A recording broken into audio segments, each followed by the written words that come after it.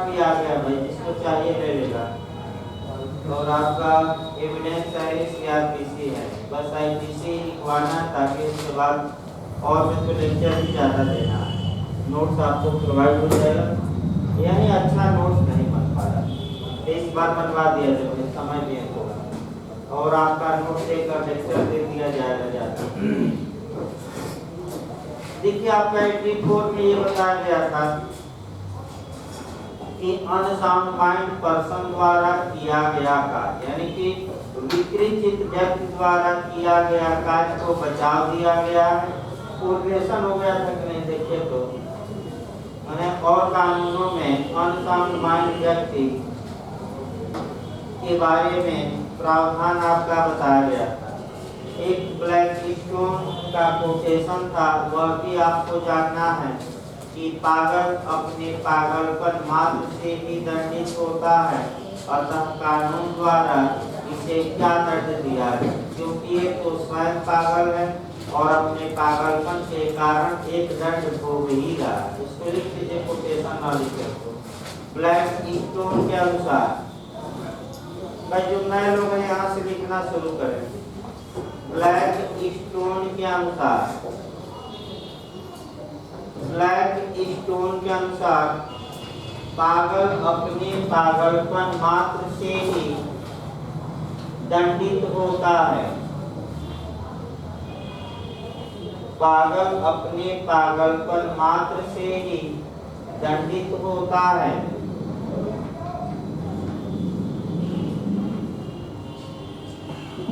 इसके बाद आपका भी कुछ आपका कोरिलेट करना बाकी था, वो लिखे भाई। चित्त विकृत व्यक्ति के विरुद्ध भी प्राइवेट प्रतिरक्षा का अधिकार उपलब्ध होगा। चित्त विकृत व्यक्ति के विरुद्ध भी प्राइवेट प्रतिरक्षा का अधिकार उपलब्ध होगा। इसका उल्लेख धारा 98 में किया गया है। इसका उल्लेख धारा 98 में किया गया। देखिए फिर विकृत चित्त व्यक्ति के विरुद्ध भी प्राइवेट प्रतिरक्षा, यानी कि आपका प्राइवेट डिफेंस का अधिकार उपलब्ध होगा, का अधिकार उपलब्ध होगा। ये भी पूछा जा चुका है। इसका उल्लेख सेक्शन 98 में किया गया है, आईपीसी के किस सेक्शन में? 98। अगला लिखिए भाई, आपका हेडिंग डाल लीजिए, विकृत चित्तता पर प्रतिपादित सिद्धांत, यानी कि अनसाउंड माइंड पर प्रतिपादित प्रिंसिपल, यानी कि कौन कौन से प्रिंसिपल ले डाउन किए गए। एक बार मेंस में आपका ये क्वेश्चन बना। देखिए आज आपका बता दिया गया, कुछ कारणों से अच्छे से तैयार नहीं हो पाया, लेक्चर आपका संविधान में लेक्चर चलेगा, आईपीसी में आज लिखवाने का कार्य कर देते हैं। क्योंकि आदमी ये नहीं कि पढ़ाया नहीं है, कभी कई बार पढ़ाया, लेकिन एक ये होता है कि थोड़ा और अच्छे से पढ़ाया जाए पिछली बार के अलावा, तो उसके लिए भाई तैयार करना पड़ता है। और कुछ कारणों से व्यस्तता के कारण कुछ घरेलू काम पड़ गए, इसके कारण आपका बने तैयार आदमी नहीं कर पाए। तो सबसे अच्छा है कि आपका 45 मिनट लिखिए, उसके बाद संविधान ज़्यादा सुप्रीम कोर्ट समाप्त कर देते हैं पढ़ा के, ताकि आपका कल से हाई कोर्ट शुरू किया जाए। लिखिए भाई, आपका चित्त विकृत चित्तता पर प्रतिपादित सिद्धांत, यहाँ से आपका क्वेश्चन बनता है। देखिए आपका क्वेश्चन जो बना है, मॉडल आपका बता दिया जाए तब आपका लिखवाया जाए। सबसे पहले क्वेश्चन ये बना है कि चित्त विकृतता पर प्रथम वाद कौन है, यानी कि सबसे पहले वाद कौन सा आया पागलपन पर, ये क्वेश्चन बना है। उसके बाद से जो आपका क्वेश्चन बना है वह ये बना है कि किस केस में कौन सा सिद्धांत प्रतिपादित किया गया, और मेंस में बना है कि चित्त विकृतता पर प्रतिपादित सिद्धांतों की व्याख्या करें। तो उसका उपाय मैं बता रहा हूँ।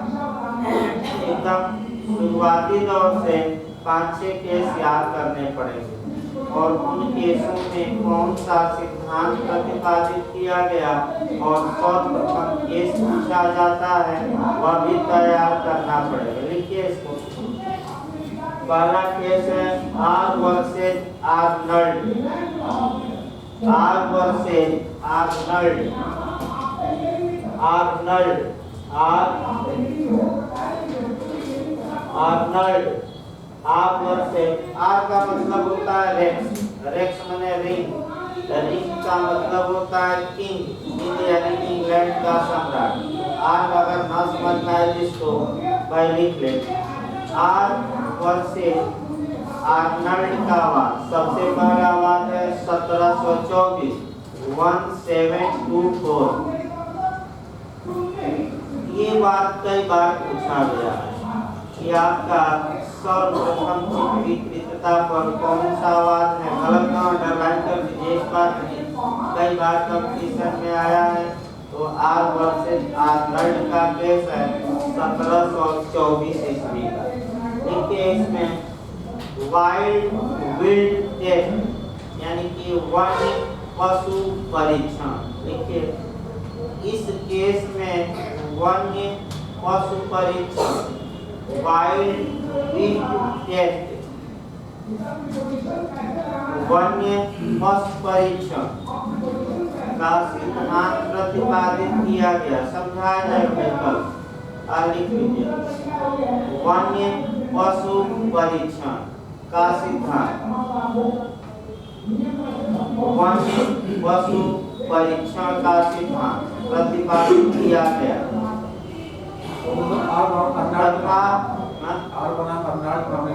हाँ, आर्नाल्ड ही तो लिखा जा रहा है, ठीक है।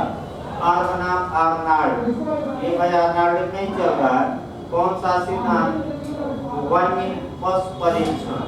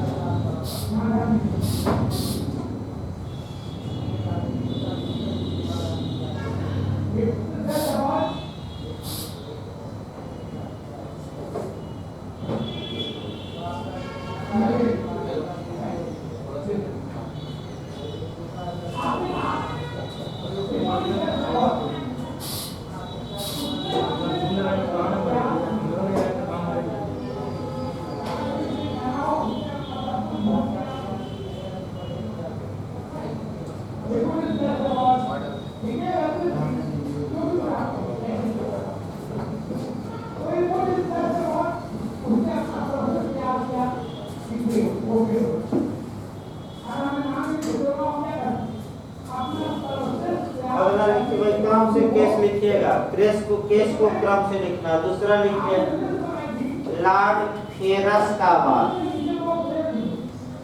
लॉर्ड फेरस का वाद, ये 1760 का केस है। फेरस, हाँ,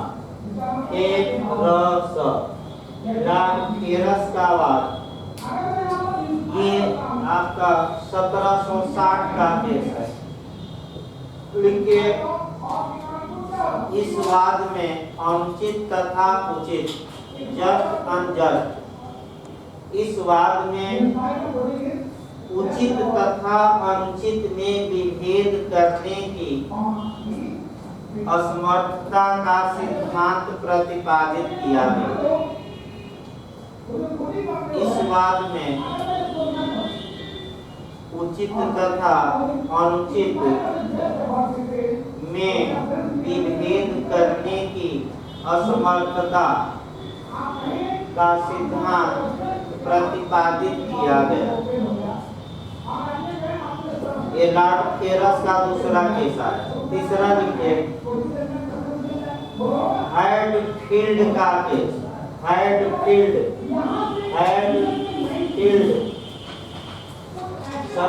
रहेगा।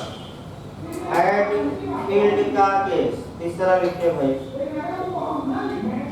हैडफील्ड का केस। लिखिए, इस वाद में विक्षिप्त भ्रांति परीक्षण,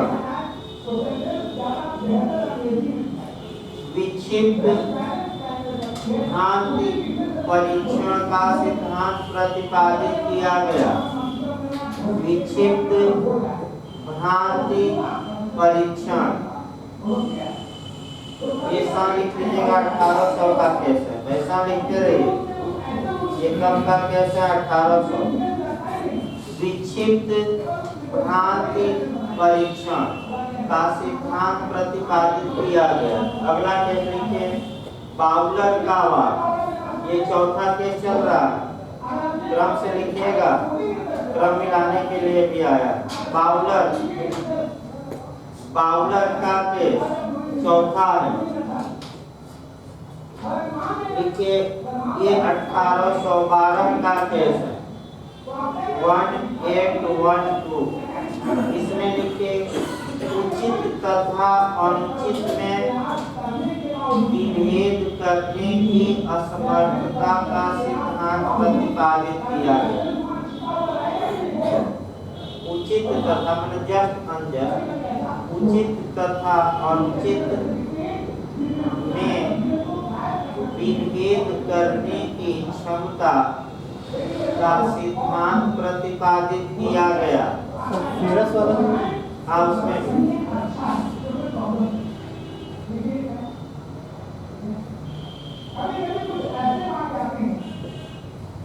अगला लिखिए, अंतिम आपका मैकनाटन का वाद। यही सबसे महत्वपूर्ण है, यही पूछा भी जाता है। मैकनाटन का वाद 1843, 1843, पांचवा केस चल रहा है। मैकनाटन, हल्का तेजी आते चलाइए, क्योंकि भाई जैसे ही आपका एग्जाम नजदीक आता है, स्पीड अपने आप बढ़ जाती है पढ़ाने की, लिखवाने की, तो हल्का सा स्पीड बढ़ाइए। रहिएगा आपका मैकनाटन का वाद 1843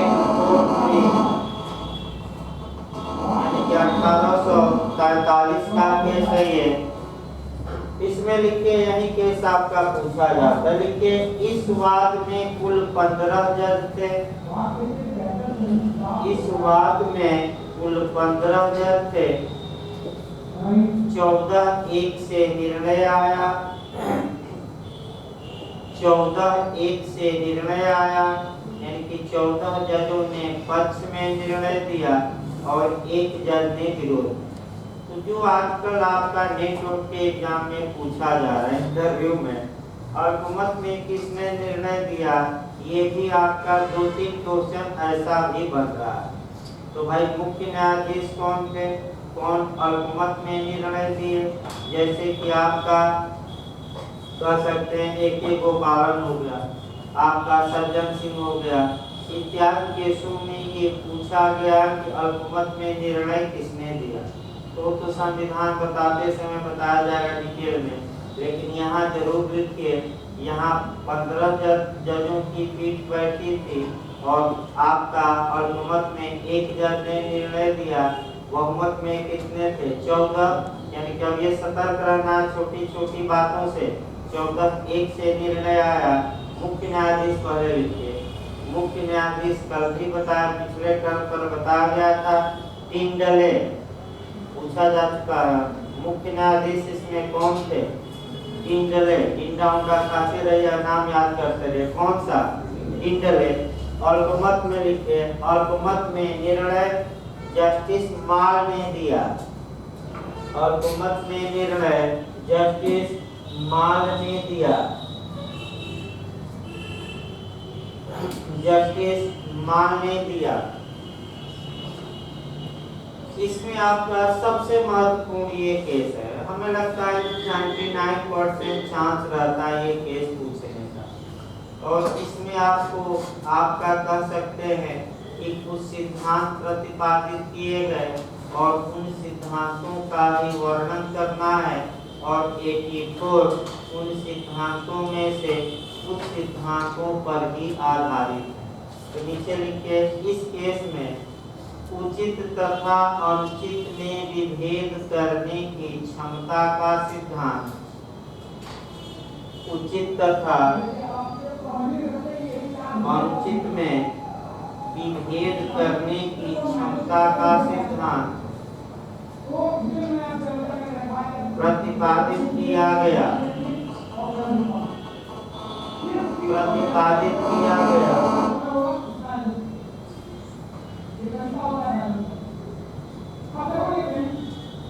भारतीय विधिवाद में प्रतिपादित सिद्धांतों पर आधारित। मैंने भारत में जो 84 है, लिखिए भारतीय विधिवाद में प्रतिपादित सिद्धांत पर आधारित है। अब एक क्वेश्चन यहाँ पर में और बन सकता है, क्या भारत में मैग्नाटन ने जो सिद्धांत प्रतिपादित किया गया उसे पूर्ण रूप से स्वीकार किया गया है कि आंशिक रूप से? तो आपका बताया जाएगा मैग्नाटन का वाद कैसे क्या हुआ है तो डिटेल में बताया जाएगा। लेकिन मैग्नाटन के वाद को जो सिद्धांत प्रतिपादित किया गया वह पूर्ण रूप से भारत में स्वीकार नहीं किया गया। यानी कि जितने सिद्धांत हाउस ऑफ लॉर्ड्स ने दिए सबको 84 में समाहित नहीं किया गया। इसको लिखिए, भारत में इस वाद में प्रतिपादित सभी सिद्धांतों को, तो ये हो सकता है घुमावदार पूछ ले, भारत में इस सिद्धांत में इस वाद में प्रतिपादित सभी सिद्धांतों को स्वीकार नहीं किया गया है। इसका मतलब ये हुआ कि जो भारतीय विधि है, आपका मैं फिर बता दूं, इसमें से कुछ बातें एडाप्ट करती है और कुछ नहीं करती। अब क्या क्या बातें वो बताया जाए। इसके बाद आ जाइए, विकृत चित्तता कब होनी चाहिए? अपराध करने के पूर्व या अपराध करने के बाद या अपराध करने के समय की उपयुक्त सभी, ये पूछा जाता है बार बार। तो अनसाउंड माइंड पर्सन कब हो तो बचाव मिलेगा? बस एक लाइन याद रखिएगा, अपराध करने के समय। ठीक है, चित्त विकृतता तभी बचाव होगी जब चित्त विकृतता तभी बचाव होगी जब वह अपराध करते समय विद्यमान हो। अंडरलाइन कर दीजिएगा, ये भी कई बार पूछा है। जब वह अपराध करते समय विद्यमान हो।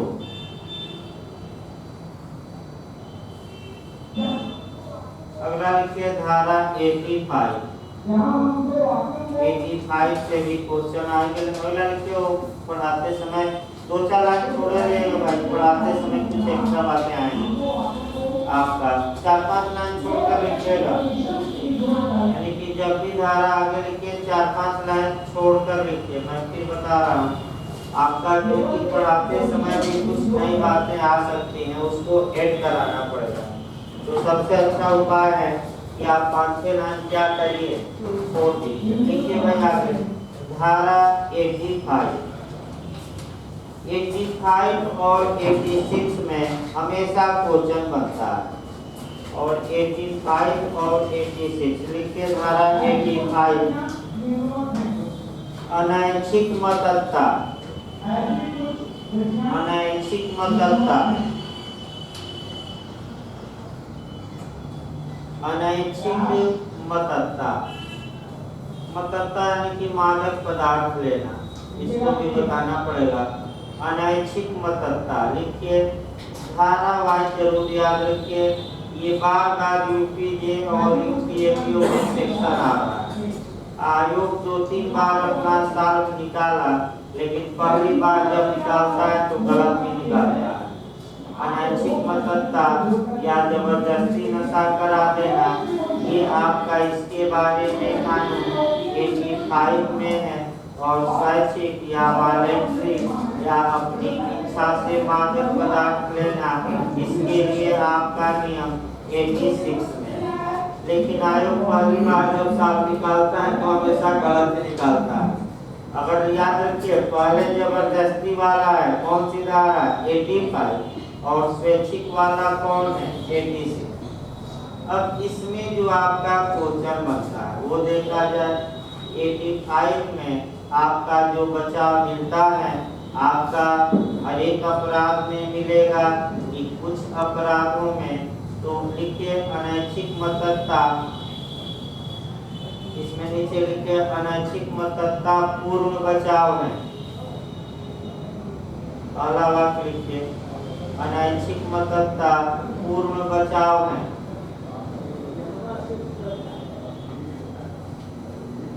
पैराग्राफ चेंज करके लिखिए प्रारंभ में मतदाता कोई बचाव नहीं थी।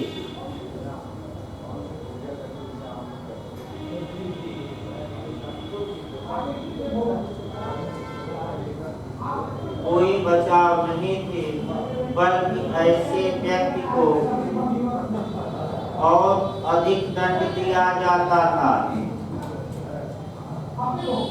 बल्कि ऐसे व्यक्ति को बताया जाएगा डिटेल में पढ़ाते समय, और अधिक दंड दिया जाता था।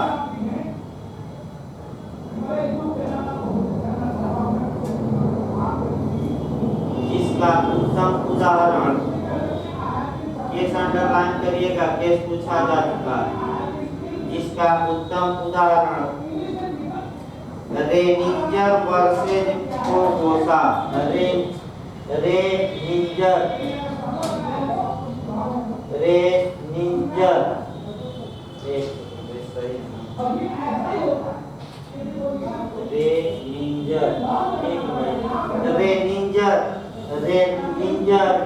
वर्सेज कोकोसा,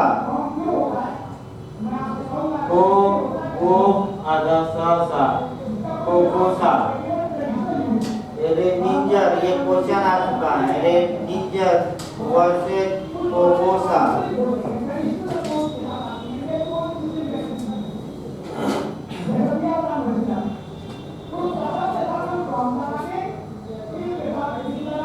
की बाद में मिलता है, के बाद में मिलता है। देखिए क्वेश्चन कैसे बना है कि रेनिंजर वर्सेज कोकोसा का वाद इससे संबंधित है तो मतदाता से, ये याद रखना।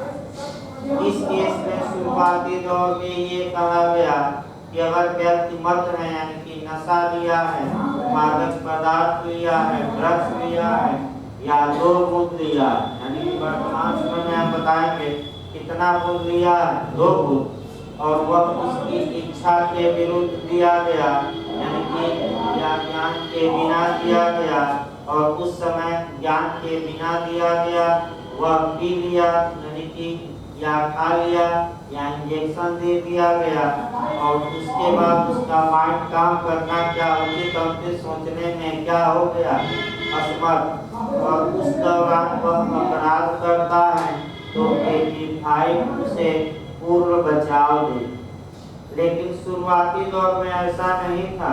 शुरुआती दौर में ये माना जाता था कि अगर नशा करके अपराध किया है तो और ज्यादा दंड दिया जाए, क्योंकि एक तो नशा किया उसी में क्या कर दिया।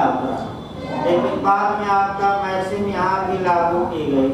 एक्टस नॉन फैसिस्ट नाइसी मेंसिब्रिया, यानी भले नशा किया हो, उस अपराधी कार्य तो किया है लेकिन उसका क्या नहीं है इंटेंशन, अतः उससे बचाव दे दिया और बाद में बचाव दिया गया बहुत ध्यान दिया। लेकिन शुरुआती दौर में और इस केस में नशा किया था, अपराध किया था, न्यायालय ने और कठोर दंड दिया और मृत्यु दंड दे दिया ताकि नशा किए हो दोहरा आपका हो गया, लेकिन बाद में बचाव दिया। अब अनैच्छिक मतदाता तो डिटेल में देखी जाएगी। इस पर एक दो केस आता है, लिख लीजिए भाई केस। केस पूछा जाता है, केस लिखिए। Director of public prosecutor, PPP, shortcut में PPP, director of public prosecutor versus Beard, director of public prosecutor versus Beard. Beard का केस है भाई, वर्सेस बियर्ड।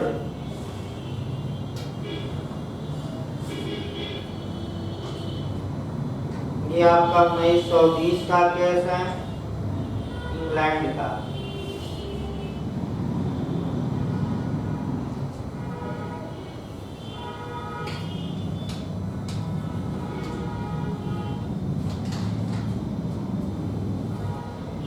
अगला लिखिए दूसरा केस, गल्लाधर, गल्लाधर का वाद, गल्लाधर का वाद, गल्लाधर वर्सेस स्टेट या गल्लाधर केवल लिख लीजिए। ये दो केस आपको याद रखना भाई। ये 86 स्वैच्छिक मतदाता को बचाव देती है, मैंने अपनी इच्छा से 86 लिखे धारा, 2-3 लाइन छोड़कर लिखिए। और एक धारा भाई जब भी लिखे 2-3 लाइन छोड़कर लिखिए ताकि अगर कोई नया चीज मिलता है तो आप वहाँ ऐड कर सकें। लिखिए धारा 86 स्वैच्छिक मतदाता यानी कि वॉलेंट्री, यानी कि अपनी इच्छा से मादक पदार्थ ले, इसका मतलब ये है। अब यही आपका पूछा जाता है कि जो स्वैच्छिक मतदाता है का एक और का याद रखिए, आपका दो बातें याद रखिए। अगर ये उन्मत्तता एक शब्द आता है, देखिए भूलगा लिखवाने में, उन्मत्त व्यक्ति को किस धारा में बचाव दिया गया है, तो अगर उन्मत्त शब्द आए तो यानी कि अनसाउंड माइंड, यानी कि विकृत चीज, और मत आए तब आपका 85 और 86, यानी कि मत आए, मत माने कि नशा वाला। तो 84 में एक शब्द लिखिए भाई, बार बार कंपटीशन में आ रहा है, लोग समझ नहीं पा रहे हैं। उन्मत्त 84 वाले को हम क्या कहते हैं, उन्मत्त। चाहे पागल दे और चाहे चित्त विकृत दे, इंग्लिश में आपका अनसाउंड माइंड पर्सन दे, विकृत चित्त दे या उन्मत्त भी दे दे। तो एक दो जगह मैं देख रहा था कि कंप्यूटरों में उन्मत्त शब्द आया और कई लोग पूछ रहे थे उन्मत्त का मतलब क्या हुआ। तो आप लोग कम से कम याद रखिए, उन्मत्त का मतलब 84 वाला, 84 वाला, और मत आ जाए, मत यानी कि नशे वाला 85 और किस में 81, कम से कम आप उसे याद रखिए। तो उन्मत्त मतलब क्या, अनसाउंड माइंड। लिखिए इसमें भाई 86 भी काफी महत्वपूर्ण है और यहाँ से भी इंटरव्यू तक में क्वेश्चन बनेगा। आपका 86 स्वैच्छिक मतदाता को बचाव देती है, पहला क्वेश्चन। 86 में आंशिक बचाव है, अब यहाँ भी पूछा जाएगा पूर्ण बचाव धारा 86 देती है कि आंशिक बचाव देती है, तो कैसा देती है आंशिक? देखिए ये अच्छा क्वेश्चन बनता है। धारा 86 आंशिक बचाव देती है।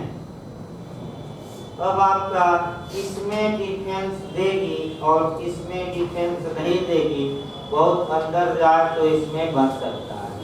तो फिर एक बार एक लाइन जान लीजिए तब लिखवा जाए।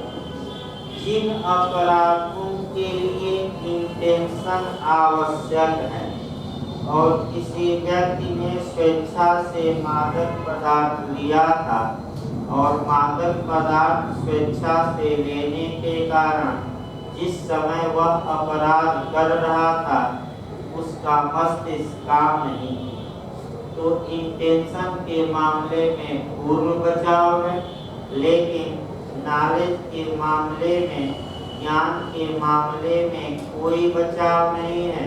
अर्थात स्वेच्छा से अगर नशा किया है, मस्तिष्क उसका डिस्टर्ब भी हो गया, तो नॉलेज के मामले में कोई बचाव नहीं। इसका मतलब ये हुआ कि ज्ञान के मामले में ये माना जाएगा या वृत्त को नॉलेज था, भले उसे नॉलेज न हो। तो सीमित बचाव हुआ कि पूर्ण बचाव 86। किसमें बचाव देगी? आशय। और किसमें नहीं देगी? नॉलेज माना जाएगा कि आपको था, भले आपको ज्ञान। अब आशय क्या है, नॉलेज क्या है, बताया जाएगा। लिखिए उसको। आशय के मामले में बचाव उपलब्ध होगा, जबकि ज्ञान के मामले में नहीं होगा। आशय के मामले में बचाव उपलब्ध होगा, जबकि ज्ञान के मामले में नहीं होगा।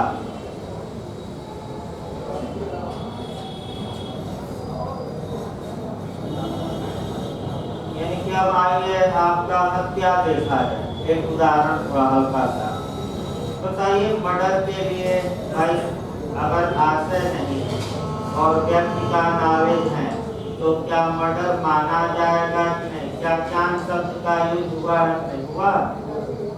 लेकिन अगर देखिए आशय और ज्ञान में डिफरेंस किया जाएगा, हाँ, लेकिन आपका दंड की मात्रा में फ्लक्चुएशन आ जाए। आप 304 जाकर आप देखिएगा, घर 304 देखिएगा। 304 में अगर इंटेंशन है तो दंड की मात्रा ज्यादा और नॉलेज है तो दंड की मात्रा क्या मिलती है? कम। आपका अंतर आएगा लेकिन अपराध होगा। अगला लिखिए भाई, केस में मीड का केस, में बड़ी मात्रा मीड केस लिखिए। मीड का केस, मीड। दूसरा लिखिए आर वर्सेस लिपमैन का case. R versus Lipman, R versus Lipman का केस। तीसरा केस लिखिए वासुदेव वर्सेस पेप्सुराज। ये ज्यादा पूछा गया है। वासुदेव वर्सेस पेप्सुराज। वासुदेव वर्सेस पेप्सुराज। ये जो हरियाणा पंजाब से पहले पेप्सू कहे जाते थे, बताया जाएगा। आपका पंजाब एवं पटियाला कई उसको अलग अलग किया गया बाद। तो पेप्सू आपका वासुदेव का केस याद रखिए, ज्यादा पूछा गया है। वासुदेव वर्सेस पेप्सुराज का केस किससे संबंधित है? तो ये आपका पूछा जा चुका है। अब आइए 87 से शुरू किया जाए। 2-3 लाइन छोड़कर लिखिएगा। अब लिखिए सम्मति। हेडिंग डाल लीजिए सम्मति के बारे में प्रावधान धारा 86 से 87 से लेकर 92 तक में है। आपका 87 से लेकर 92 तक में दिया गया है।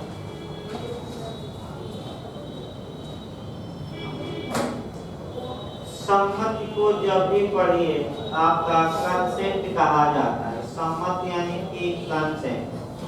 अब कंसेंट का मतलब क्या हुआ ये पहले जानना है, और कंसेंट को कहाँ कहाँ आपका माने दिया गया है किस किस कानून में, और जो सिद्धांत यहाँ पूछा जाता है इधर से पिछली बार यूपीजे में पूछा गया था 87 से। वारंटी नॉन फिट इंजुरिया यानी कि जो सम्मत देता है उसे क्षति नहीं होती, ये आईपीसी का 21 धारा में प्रिंसिपल समाहित, गलत ना हो। वारंटी नॉन फिट इंजुरिया की धारा में है 21 है। इधर देखिए आपका सम्मत काफी महत्वपूर्ण है, और इसको पहले आपका अन्य कानूनों में हम देखें तब आपका इसी लास्ट में शुरू होगा भाई। और इसी पर आपका यूथेनेसिया भी कवर करना है, यानी कि यूथेनेसिया यानी कि इच्छा मृत्यु या सुख मृत्यु या दया मृत्यु या मर्सी किलिंग जिसे कहा जाता है, और लीगल भाषा में आपका क्या कहा जाता है यूथेनेसिया। अभी केस भी आ गया है सुप्रीम कोर्ट का, तो यूथेनेसिया भी देखना है, लेकिन पहला शब्द चूंकि सम्मति है सम्मति को ही देखा है।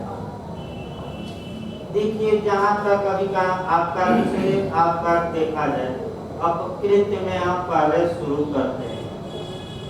जहाँ तक अपकृत्य विधि की बात है बिहार में पूछ सकता है, सभी अपकृत्यों में सहमत एक अच्छा बचाव मानी जाती है।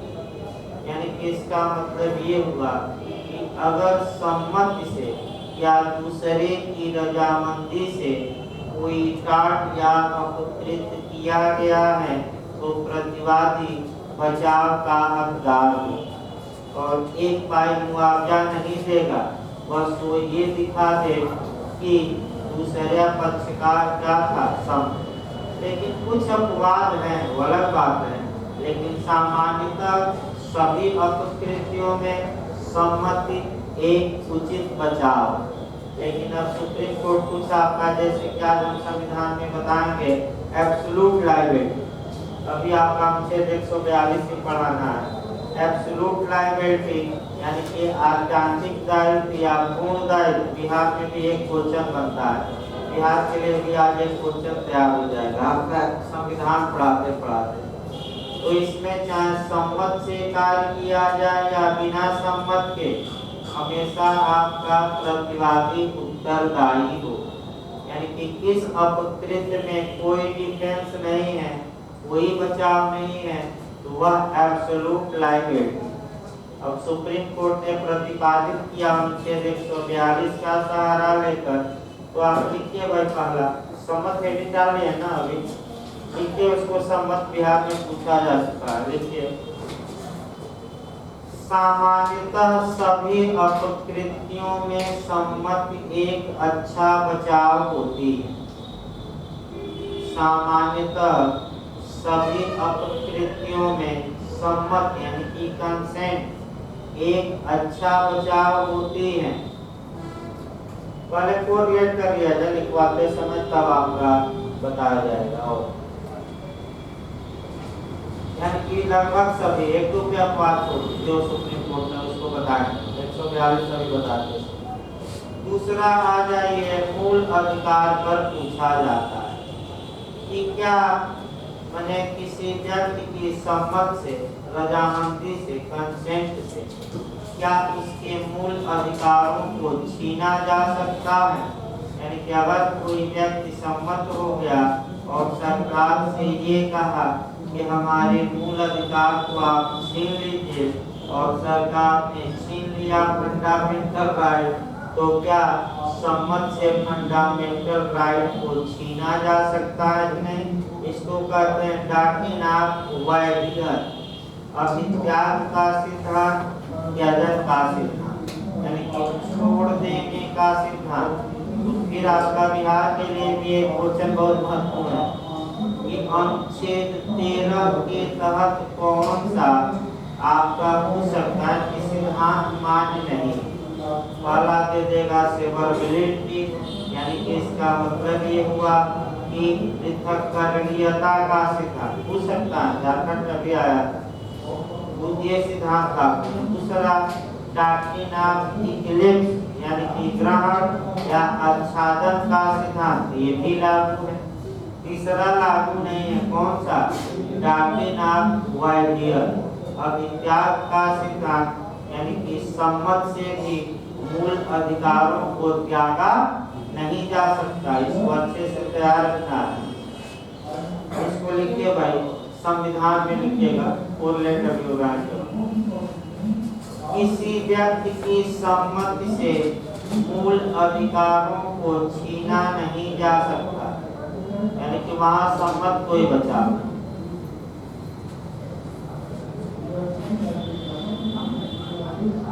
किसी व्यक्ति की सम्मत से मूल अधिकारों को छीना नहीं जा सकता, अर्थात अनुच्छेद 13 में, उसको लिख लीजिएगा पार्टिकल, अर्थात अनुच्छेद 13 में डॉक्ट्रिन ऑफ वाइडियर, डॉक्ट्रिन ऑफ वाइडियर, उसको हिंदी में लिखिए, अभित्याग का सिद्धांत लागू नहीं होता। अभित्याग का सिद्धांत लागू नहीं होता। यदन याद रखिएगा, बिहार में पूछ सकता है ऐसा कुछ। अगला ये आपका संविधान के बाद आया जाए, आपका इंटरव्यू में क्वेश्चन बना गए, क्यों ऐसा आपका कोरिलेट करके लिखिएगा। अमेरिका में कोई व्यक्ति, इसी लाइन में लिखिएगा, अमेरिका से थोड़ा कोरिलेट करके आजकल पूछा जा रहा है, इसी लाइन में लिखिएगा। अमेरिका में कोई व्यक्ति स्वेच्छा से अपने मूल अधिकारों को त्याग सकता है, भारत में नहीं। मैं अभी लिखा, अमेरिका में कोई व्यक्ति अपने मूल अधिकारों को त्याग सकता है। देखिए, इसलिए अब लिखवाना जरूरी है कि जो यूपी पीसीएस में आपका 3-4 क्वेश्चन आपका कोरिलेशन से, एक और मैं बता दे रहा हूँ, कोरिलेशन से ऐसे क्वेश्चन बना, जैसे कि आपका माने के जुडिशियल रिव्यू या न्यायिक पुनर्विलोकन देखा। न्यायिक पुनर्विलोकन में ये बना कि अमेरिका और भारत की तुलना करके बनाया, जो अमेरिका में न्यायिक पुनर्विलोकन का जो दायरा है वह व्यापक है और भारत में सीमित है। फिर दूसरा ऑप्शन दे दिया कि भारत में व्यापक है, अमेरिका में सीमित है। तीसरा ऑप्शन दोनों में समान है और चौथा इनमें से कोई नहीं। ऐसा क्वेश्चन बन रहा था, कोरिलेट करके लिखवाना जरूरी है। तो अमेरिका में न्यायिक पुनर्विलोकन जो दायरा है वह व्यापक है, क्योंकि वहाँ का संविधान छोटा है और न्यायालय को व्याख्या करने के ज्यादा क्या है और भारत में तो पूरा 395 अनुच्छेदों में पोथी पत्रा लिख दिया गया, न्यायालयों को कम विकल्प है। अतः भारत में न्यायिक पुनर्विलोकन का दायरा क्या है? सीमित। और अमेरिका में क्या है? ज्यादा। तो नैरो किस में है? भारत में। और वाइड किस में है? अमेरिका। ये क्वेश्चन याद करने पड़ेंगे आपको। उसी प्रकार याद रखें, इंटरव्यू में भी पूछा गया था कि क्यों ऐसा सुप्रीम कोर्ट ने जजमेंट दिया कि भारत में कोई व्यक्ति मूल अधिकारों को त्याग नहीं सकता। आप ये बताइएगा कि मूल अधिकार लोक हित में दिए गए हैं, न कि व्यक्तिगत। इसको लिखिए भारत में मूल अधिकार लोक हित के लिए दिए गए, लोक हित पब्लिक इंटरेस्ट में, लोक हित में दिए गए हैं, न कि व्यक्तिगत हित में। ये इंटरव्यू में पूछा गया था, इसलिए त्यागा नहीं जा सकता। लोक हित जरूर याद रखिए, किसमें दिए गए हैं? आम जनता के हित में, व्यक्तिगत नहीं। लोकहित में। जो बिहार आपका सिविल जज की परीक्षा जो मैंने थोड़ा बहुत खतरा है, आपका मुख्य चैलेंज जो किया गया है रिजर्वेशन को ही लेकर किया गया है कि जो बंटवारा विज्ञप्ति में किया गया है ये कॉन्स्टिट्यूशन का क्या करता है, वायलेशन। और 4 तारीख को देखिए हाई कोर्ट क्या करता है भाई, क्या बताए। अब 4 तारीख को भाई शाम तक कुछ क्लियर होगा, या फिर आज का पहले खाली कर देनी चाहिए। लड़के भी असमंजस में है कि क्या होगा क्या नहीं, आज का कर्ता भी असमंजस में। तो आपका 4 तारीख को क्लियर होगा, शाम तक की क्या होगा। यानी कि अभी एक तलवार लटकी, वो तलवार हट जाए, ध्यान में चली जाए, तारीख हो जाए या डेट लग जाए आगे। तो अभी एक मैंने तलवार लटकी है, ये नहीं कि परीक्षा एकदम 100% श्योर हो गई है।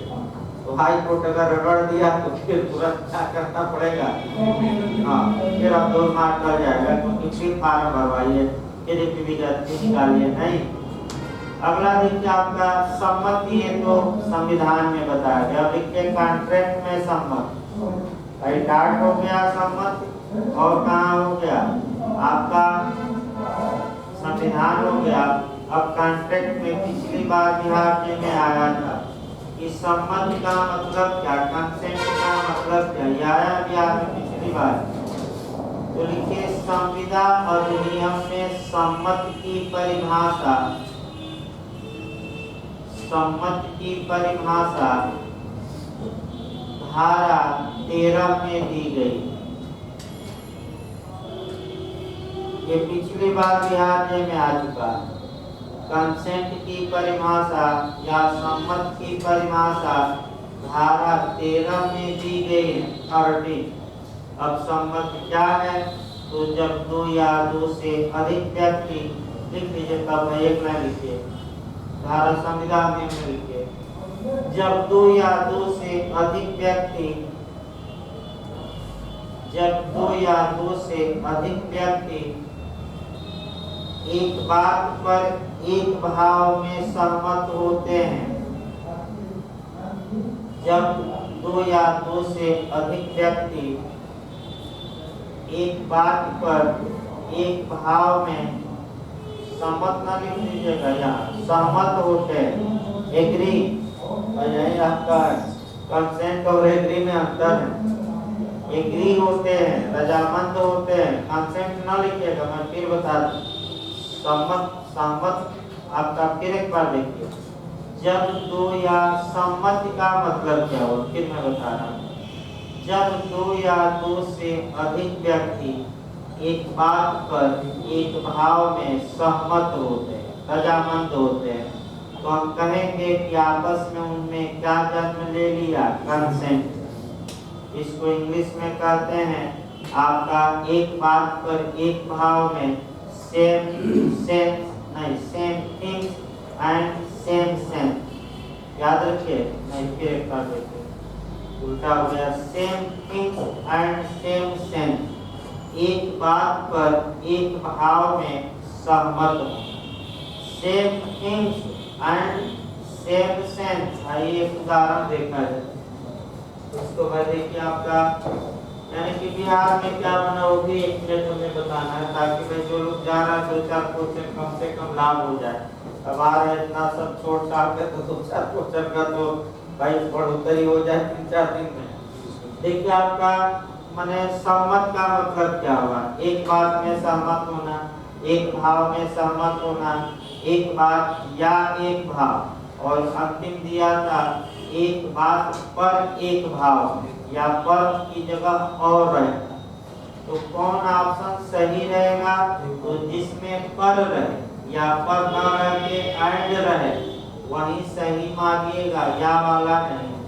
यानी कि आइए एक उदाहरण से हम समझा दें नए लोगों को। ये अपना घोड़ा भी को बेचना चाहता है और 1 लाख रुपया में बेचना चाहता है, तो ऐसी दशा में ये भी जानता है कि यही घोड़ा बेचना है, ये भी जानता है कि यही घोड़ा खरीदना है, कीमत 1 लाख रुपया मांग रहा है, भी 1 लाख रुपया देने के लिए क्या है, तैयार। यानी कि एक बात का मतलब हुआ इसी घोड़े को लेकर, एक भाव का मतलब यहाँ कितना हुआ 1,00,000, यानी कि इस घोड़े को 1,00,000 में खरीदने और बेचने के लिए दोनों पक्षकार क्या हो गए हैं, रजामंद। तो हम कहेंगे कि ए तथा बी के बीच में किसने जन्म ले लिया, कंसेंट ने, यानी कि सम्मति। तो सम्मत क्या है, तो दोनों पक्षकार एक बात पर एक भाव में क्या हो जाए, रजामंद। एक और क्वेश्चन आपका बना था मानसिक तत्व है, यानी कि मन मिल जाए, माइंड मिल जाए, किस पर, यानी घोड़ा बेचना खरीदना और कितने पर, 1,00,000। तब हम क्या कहेंगे, कर। अब आइए आईपीसी में देखा जाए। जहाँ तक आईपीसी की बात है, अब ये समस्या आई कि आईपीसी में सम्मत या कंसेंट को किस धारा में परिभाषित किया गया। तो आईपीसी में सम्मति को किसी भी धारा में परिभाषित नहीं किया गया। देखिए आईपीसी में बैठ हो जाए, आईपीसी में आ जाए, एक क्वेश्चन बन चुका है। सम्मत कहाँ परिभाषित है, आईपीसी में, कॉन्ट्रैक्ट में है लेकिन आईपीसी में नहीं। देखिए आईपीसी में सम्मति को कहीं परिभाषित नहीं किया गया। आज कल फालतू क्वेश्चन बन रहा है। एक और क्वेश्चन बना दें इसी पर एक वाला, जैसे सीआरपीसी में पूछा गया था कि कॉग्निजेंस या संज्ञान को कहाँ परिभाषित किया गया है, तो सीआरपीसी में कहीं नहीं। उसी प्रकार आ सकता है कि सम्मति को कहाँ परिभाषित किया गया है, तो आपका जवाब रहेगा आईपीसी में कहीं। लेकिन अब सम्मति होती क्या है, ये आपको बताना पड़ेगा। देखिए सम्मत का मतलब हुआ किए गए कार्य, किए जाने वाले कार्य के परिणामों को सहन करने की अनुमति देना। किए जाने वाले कार्य के परिणामों से, फिर एक बार देखिए बात बोलिए, तो कार्य के परिणाम से उत्पन्न क्षति, पूरा वाक्य, किए जाने वाले कार्य के परिणाम से उत्पन्न क्षति को सहन करने की रजामंदी देना।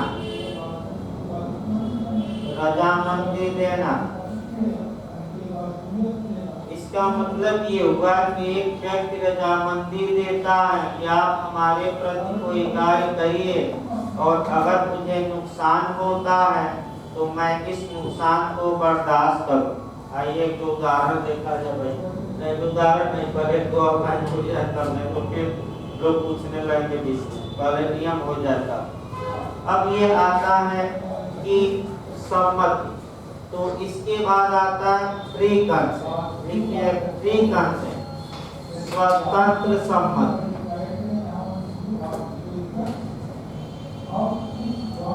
यहाँ से भी आपका क्वेश्चन बनता है कि क्या फ्री कंसेंट को आईपीसी में कहीं बताया गया है, निश्चित रूप से बताया गया है, सेक्शन 90 यानी कि धारा 90।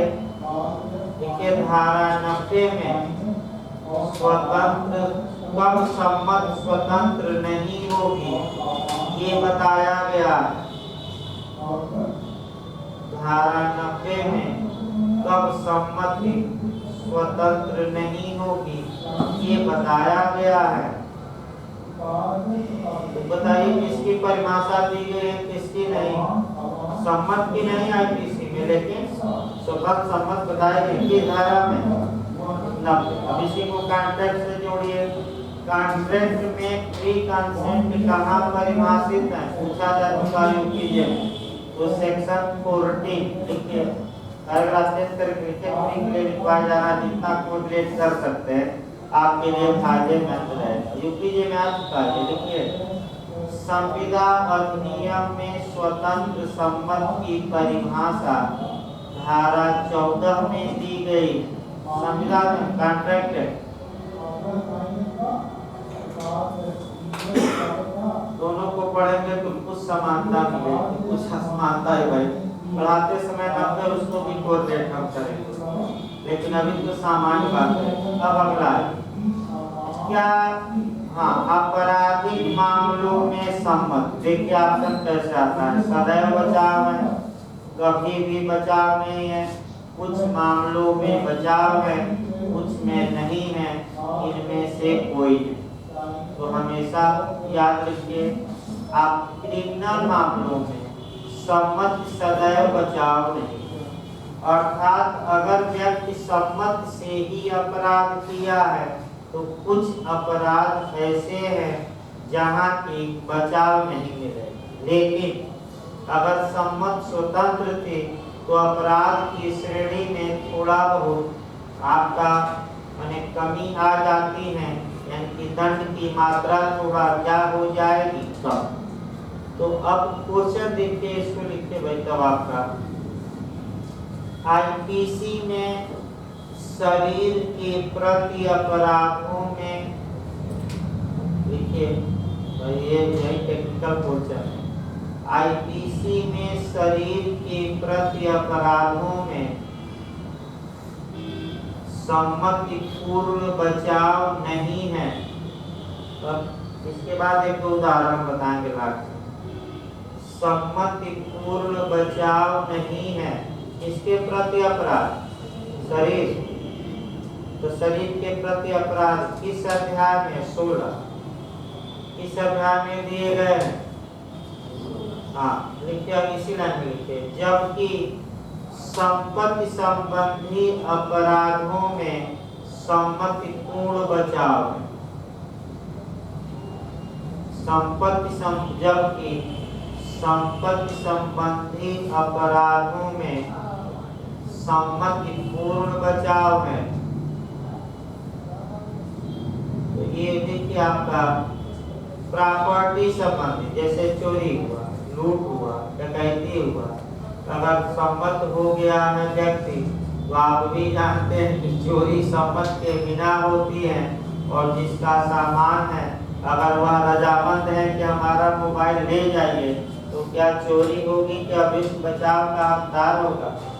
तो सम्मत बचाव दी कि नहीं दी, लेकिन शरीर के प्रति अपराधों में कुछ में तो मिलेगा और कुछ में नहीं मिलेगा। तो आइए किसमें नहीं मिलेगा, तो आपका तमाम उपाय है, तो मृत और घोर उपहत्य में आपका सम्मत बचाव नहीं। आइए उदाहरण पहले दिमाग में बैठाइए, देखिए जोकर वाला उदाहरण बनता है। पहला उदाहरण क्या बनता है, जोकर वाला, नींबू रख दिया गया, उदाहरण समझिए, एक जोकर है और आपका अपने सिर पर एक नींबू रख देता है और भी एक को सम्मत देता है, आपका मत देता है कि हे तुम इस नींबू पर क्या चलाओ, गोली, ताकि दर्शक ताली बजाए। अब एक सम्मत से ही नींबू पर गोली चलाता है, लेकिन वह गोली किसको लग जाती है, बी को, और बी क्या हो जाता है, मर जाता है। अब बताइए, अब आपसे पूछा जाए कि कौन सा अपराध हुआ, कौन सा अपराध हुआ कि नहीं, बचाव देगी कि नहीं सम्मत, तो मैं फिर बता दूं, मृत और घोर उपहत्य में सम्मत बचाव नहीं है, भी तो बहुत सीमित बचाव। अब भाई सीमित बचाव यानी कि जो मर्डर होता, मर्डर से हल्का सा नीचे आ जाएगा, वो अलग बात है, लेकिन पूर्ण बचाव नहीं। देखिए मैं बता रहा हूँ इसमें क्या है, ध्यान समझिए, अगर बी की एज 18 वर्ष से कम है तो ऐसी दशा में ए 302 के तहत यानी कि हत्या के लिए दंडित होगा। इसके लिए तब आप कहेंगे कि बी तो रजामंद था, तो जब रजामंद था उससे कोई मतलब नहीं है, 18 वर्ष से कम आयु के व्यक्ति की रजामंदी, मृत्यु के मामले में तो कोई बचाव नहीं। याद रखिए। दूसरा देखिए, अगर भी 18 वर्ष से ऊपर है तब आपका धारा 300 का अपवाद नंबर 5 जाएगा। इसमें सेक्शन 300 का एक्सेप्शन नंबर कौन 5, और ये 302 में न जाकर इसमें जाएगा 304 में, यानी कि हत्या की कोर्ट में न आने वाले आपराधिक मानव। लेकिन बी की एज देखनी पड़ेगी। बी की एज कितनी हो, 18 साल से क्या ऊपर, तब इसमें आएगा। और 18 साल से नीचे है तब कोई बचाव नहीं। यानी कि बी की एज आपका निर्धारित करेगी। अब आप कहेंगे कि बी ने संबंध ए को दी थी, तो क्या संबंध से किसी की जान ले लेते? ऐसा होता तब तो आपका एक्टिव यूथेनेसिया कहा जाता है। इसी को 2 यूथेनेसिया होती है, एक एक्टिव और एक पैसिव। एक्टिव में व्यक्ति स्वस्थ रहता है और दूसरे को कहता है कि हमें क्या करो, जान से मार दो। ऐसा बचाव नहीं है आपका, मैं बता दूं। भले थोड़ा मात्रा कम हो जाए लेकिन पूर्ण बचाव नहीं। पैसिव यूथेनेसिया में व्यक्ति किसी बीमारी से पीड़ित रहता है और जीने की आशा कोई नहीं रहती। यानी कि 2-4 दिन में वह 10 दिन में कहाँ पहुँच जाएगा, ऊपर। तो सुप्रीम कोर्ट ने हल्का सा मान्यता दी और कहा कि जीवन जीने के अधिकार में सम्मान पूर्वक मरने का अधिकार शामिल है। इसमें सब नहीं। अब मरने का अधिकार दिया आर्टिकल 21 में क्या है, लेकिन लगा दिया ताम झाम ज्यादा है। ताम झाम मतलब कि हाई कोर्ट में याचिका दायर करिए, 2 जजों की बेंच बनेगी, डॉक्टरों का पैनल बनेगा, डॉक्टर रिपोर्ट देंगे, उसके बाद हाई कोर्ट के जज फैसला लेंगे और तब जाकर पैसिव यूथेनेसिया का यूज होगा, इंजेक्शन देकर मार दिया जाए। तमाम ऐसे केस आए जहाँ की सुप्रीम कोर्ट ने इनकार कर दिया। और वहाँ शानबाग का केस आया था, वेंकटेश का केस आया था, तमाम केस आए, बताए जाएंगे कभी आर्टिकल 21 पर। आपका एरी सिकोवा नाम याद रखिए, अमेरिका में चलाती है आंदोलन। एरी सिकोवा आपका इच्छा मृत्यु की मान्यता के, और सबसे पहला देश कौन है जो इच्छा मृत्यु को मान्यता दिया है सुकृत को, नीदरलैंड या हॉलैंड। अब तक शायद 35 या 36 देश मान्यता दे चुके हैं। लेकिन अगर भारत में आपका मान्यता दे दी गई तो तमाम सेक्शन के जो ये प्रावधान है विफल हो जाएंगे, चेंज करना पड़ेगा। यानी कि भारत में बहुत कठिन है, हाई कोर्ट भाई दे सकता है, तो अलग बात है आपका। यानी कि इस उदाहरण में हमने ये बताया कि 2 ऐसे अपराध हैं जिसमें कि सम्मति बचाव नहीं। हाँ, दंड की मात्रा को जरूर कुछ क्या करेगी, कम। जैसे कि आइए दूसरा देखा जाए, कह सकते हैं कि एक आदमी जाता है डॉक्टर के पास, स्वस्थ है आदमी, डॉक्टर से कहता है कि हमारा हाथ काट दीजिए ताकि मैं भीख मांगकर अपना गुजारा करूं। डॉक्टर ने हाथ काट दिया, यानी कि घोर कर दिया, तो क्या डॉक्टर बचाव का हकदार होगा कि नहीं? नहीं होगा, क्योंकि मृत्यु और घोर उपहत में आपका कोई माने बचाव नहीं है, सम्मति। अब जैसे गर्भपात के मामले में, गर्भपात के मामले में भी बचाव नहीं है जब तक कि स्त्री के जीवन को बचाने के लिए गर्भपात न किया गया। हाँ, दंड की मात्रा पर असर पड़ेगा, यानी कि सम्मत से कार्य है तो दंड की मात्रा थोड़ा क्या होगी, कम, और बिना सम्मत के हैं तो थोड़ा क्या होगी, यानी कि अपराध की श्रेणी में अंतर आएगा, लेकिन ये सब कार्य बचाव नहीं। इसका मतलब, इतना समझाने का मतलब एक लाइन हुआ ये कि मानव शरीर के प्रति अपराधों में सम्मत सभी अपराधों में बचाव नहीं देती, लेकिन दंड की मात्रा को क्या कर देती हैं, जैसे कि मृत्यु हो गया, घोर उपहत्या हो गया, आपका घोर उपहत्या हो गया, आपका व्यापहरण हो गया, सम्मत पीड़ित की बचाव ही नहीं देगी, बालक की सम्मत कोई बचाव नहीं। आपका गर्भपात हो गया, इसमें दंड पाएगा व्यक्ति, लेकिन थोड़ा बहुत क्या मात्रा हो जाएगी, तो सतर्क रहना है भाई। तो अरेस्ट ले लीजिए इसको, कल लेक्चर दिया जाएगा 84 से भाई, इसको लिखवाया जाएगा 1-2 दिन बाद आपका, क्योंकि आप तैयार नहीं था इसके लिखवाया। कल 84 पर जितने नाम से पहले वो बताया जाएगा, फिर 84 कल लेक्चर दिया जाएगा। अभी संविधान चलेगा भाई।